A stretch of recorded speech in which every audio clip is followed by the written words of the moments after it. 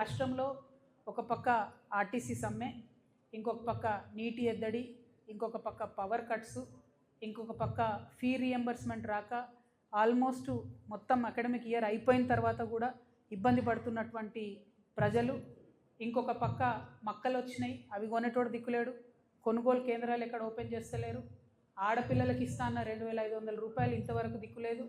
అనేక రకమైనటువంటి ఇబ్బందులలో ప్రజలు ఉంటే నిన్న ప్రభుత్వం ఒక పెద్ద సభ పెట్టింది, ప్రధాన ప్రతిపక్షమైన బీఆర్ఎస్ పార్టీ ఇంకొక సభ పెట్టింది. ఏం చేసిరు వీళ్ళిద్దరు సభలు పెట్టి అంటే, బీఆర్ఎస్ పార్టీ ఏమో ఉట్టి కథలు చెప్పింది, కాంగ్రెస్ పార్టీ ఏమో పిట్ట కథలు చెప్పింది, ప్రజల వ్యతలు ప్రజల కష్టాలు మాత్రం ఎవరు చెప్పలేదు. ఇక బీఆర్ఎస్ పార్టీ సభ అయితే జగిత్యాల్లో 75 సంవత్సరాల కురు వృద్ధుని రాజకీయ నాయకుని చేర్చుకొని, మరి ఈ సభతోని మీకే 25 సంవత్సరాలు తగ్గిపోయినాయి, మీరే నవయువకుడు, మీరే అద్భుతంగా రాజకీయం చేయాలని చెప్తే, మరి తెలంగాణలో ఉన్న యూత్ అంతా చచ్చిపోయిందా, బతుకున్నారా, వాళ్ళ ఫ్యూచర్ ఏంది, వాళ్ళ కథ ఏంది, నాకైతే అర్థమవుతుంది.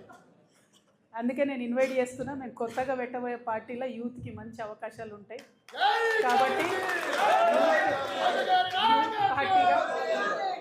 యంగ్ పార్టీగా ఉండేటటువంటి కొత్త చేంజ్ తీసుకొచ్చే పార్టీ వైపు ప్రజలు చూడాలని చెప్పి నేను రిక్వెస్ట్ చేస్తూ ఉన్నా. ఎట్ ద సేమ్ టైం మీరు బీఆర్ఎస్ పార్టీ పెట్టినటువంటి సభను అబ్జర్వ్ చేసినట్టయితే కేంద్ర ప్రభుత్వాన్ని పల్లెత్తు మాట అనలేదు. జాతీయ పార్టీని అని చెప్పుకునేటటువంటి పార్టీ ఇవాళ దేశవ్యాప్తంగా చర్చ అవుతున్న అంశం ఏంది, మహిళా బిల్లు, డీలిమిటేషన్. ఈ రెండిటి మీద కనీసం పల్లెత్తు మాట అనలేదు. ఆడబిడ్డలకు ఒక భరోసా ఇవ్వలేదు.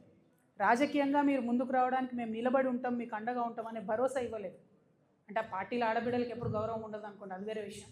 కానీ చూస్తే మందేమనుకుంటారు అనడానికన్నా కనీసం మరి మహిళా బిల్లు పోయింది, మేము జాతీయ పార్టీ, దాని మీద మాకు విధానం ఉంటుంది, దీని మీద మేము పోరాటం చేస్తామన్న మాట కూడా బీఆర్ఎస్ పార్టీ మాట్లాడకపోవడం అన్నది నిజంగా శోచనీయం.